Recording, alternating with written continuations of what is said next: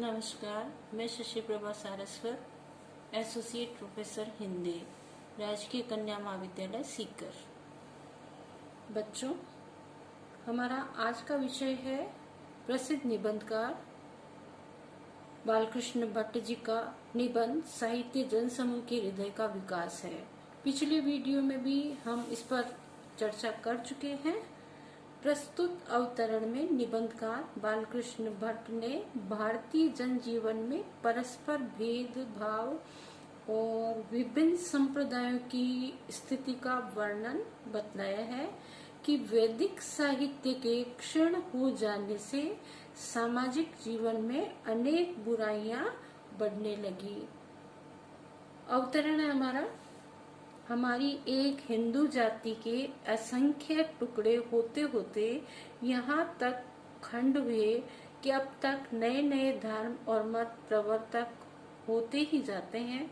ये टुकड़े जितने वैष्णव में अधिक हैं उतने शैव शाक्तों में नहीं, और आपस में एक का दूसरे के साथ मेल और खान पान जितना कम इनमें है उतना औरों में नहीं है।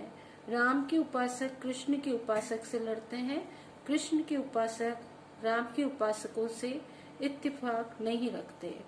कृष्ण उपासकों में भी सत्यानाशीन अनन्यता ऐसे आड़े आई कि ये इनके आपस में ही बड़ा खटपट लगाए रहती है। इसमें कुछ कठिन शब्द हैं, उनके पहले हम अर्थ कर लेते हैं। वैष्णव का अर्थ होता है भगवान विष्णु को अपना इष्ट मानने वाले, आराध्य मानने वाले वैष्णव कहलाते हैं। शाक्त कहलाते हैं शक्ति को अपनी आराध्या मानने वाले। शैव कहते हैं भगवान शिव के अनुयायी। इत्तिफाक का अर्थ होता है विश्वास। अनन्यता का अर्थ है दूसरे को सहन न करना, अद्वितीय का भाव। लेखक बालकृष्ण भट्ट ऐतिहासिक सत्य का उद्घाटन करते हुए कहते हैं कि वैदिक साहित्य में जाति और धर्म की व्यवस्था नहीं थी, परंतु जब वैदिक संप्रदाय उत्तरोत्तर क्षीण होता गया तो हमारी हिंदू जाति सैकड़ों टुकड़ों में बंट गई। आज से 400-500 वर्ष पूर्व तो ये स्थिति हो गई थी कि हमारे समाज में नए नए धर्म और मत प्रवर्तक उत्पन्न हो रहे थे। प्रत्येक संप्रदाय स्वयं को उन संप्रदायों से श्रेष्ठ बतलाता था। हर एक संप्रदाय अपनी अपनी विशेषताओं के बारे में खुद को श्रेष्ठ साबित करने में तुला हुआ था। उदाहरण के लिए, जैसे उस समय वैष्णव के ही अनेक संप्रदाय बन गए थे। राम के उपासक कृष्ण के उपासकों का विरोध करते थे और उनसे लड़ते झगड़ते रहते थे। इसी भांति कृष्ण के उपासक भी राम के उपासकों से मेल मिलाप या सहमति नहीं रखते थे। राम भक्ति वाले उपासक हैं, वो कृष्ण उपासकों का विरोध करते थे, और कृष्ण उपासक हैं, उनकी राम भक्ति वाले विरोध करते थे। राम भक्ति शाखा और कृष्ण भक्ति शाखा के अंतर्गत जो भी साहित्य उस काल में रचा गया उसमें यह विभेद स्पष्ट दिखाई देता है।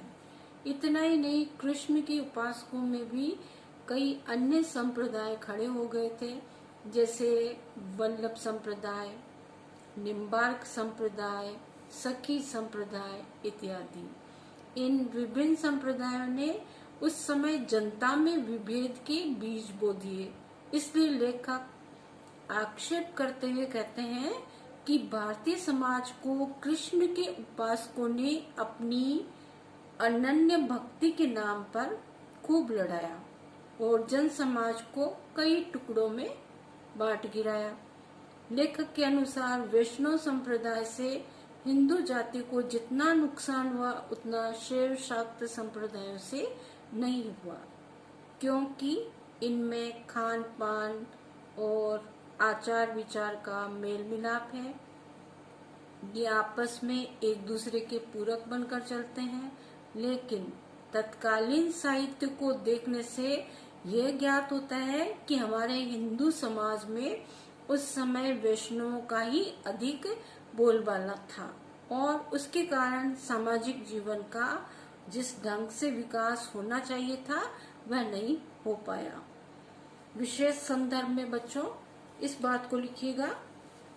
लेखक ने बालकृष्ण भट्ट जी ने हिंदी साहित्य के भक्तिकालीन वैष्णव संप्रदाय के भेद उपभेद पर व्यंग्य किया है और ये बताया है कि तत्कालीन साहित्य में जनसमूह का हृदय कितना परंपरावादी और संप्रदायवादी बन गया था। भारत में विभिन्न मत मतांतरों के आविर्भाव का कारण भी यही था। शैली इसकी विवेचनात्मक है और भाषा विषयानुरूप सरल प्रभावपूर्ण है। धन्यवाद।